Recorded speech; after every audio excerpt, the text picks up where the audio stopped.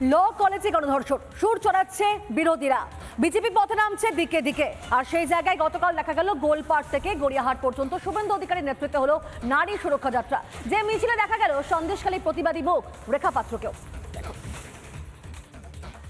100 বার ভয় লাগে। এখন যা পরিস্থিতি হয়েছে, কখন কোন গলিতে গলিতে জানোয়াররা বসে আছে আমাদের শ্লীলতাহানি, আমাদের দর্শন করার জন্য।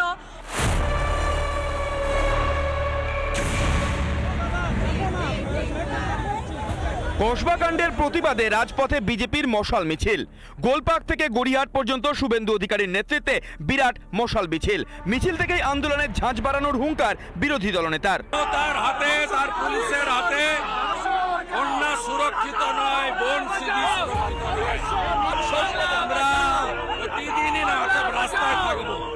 আগামী 2 তারিখ বিকেলে কসবা অভিযান হচ্ছে। কসবা অভিযান হবে, হাজার হাজার মা বোন যুবক ভাই বন্ধু সবাই থাকবে।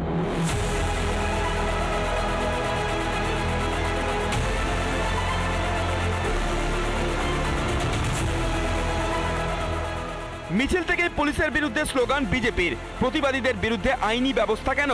কেন অপরাধীদের ধরতে ব্যর্থ পুলিশ?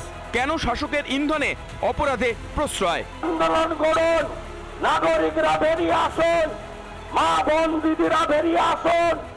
আজ সময় এসেছে এই মমতা নামক আবর্জনাটাকে পশ্চিম বাংলা থেকে পরিষ্কার করে দেওয়ার জন্য।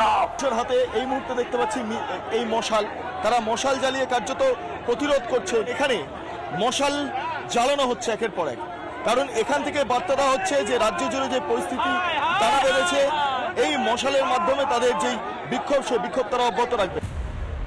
শনিবার এই গড়িয়াহাট থেকে গ্রেপ্তার করা হয় বিজেপি রাজ্য সভাপতিকে।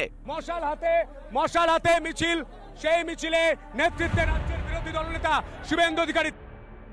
রবিবার সকালে লালবাজার থেকে মুক্ত হন সুকান্ত মজুমদার। কলকাতার পুলিশ কমিশনারকে এদিন লিখিত অভিযোগ দেন বিজেপির রাজ্য সভাপতি। বলা হয় যে সই করে জামিন নিন, আমরা প্রত্যাখ্যান করি। পুলিশ তারপরে বলে যে আপনারা সই না করতে হবে না, আপনারা চলে যান। অর্থাৎ আমাদেরকে কেন নিয়ে আসা হয়েছে কোনো তথ্য পুলিশ আমাদেরকে জানায়নি, তাদের কাছে নেও।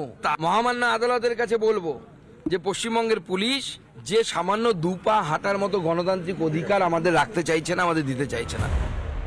এদিকে কলকাতায় এসে রাজ্য সরকারকে তুলোধনা করলেন কেন্দ্রীয় শিক্ষামন্ত্রী ধর্মেন্দ্র প্রধান। बंगाल में एक घिनौनी घटना को विरोध करते हुए, प्रतिवाद करते हुए भारतीय जनता पार्टी जनता की मुद्दे को लेकर आंदोलन कर रही थी।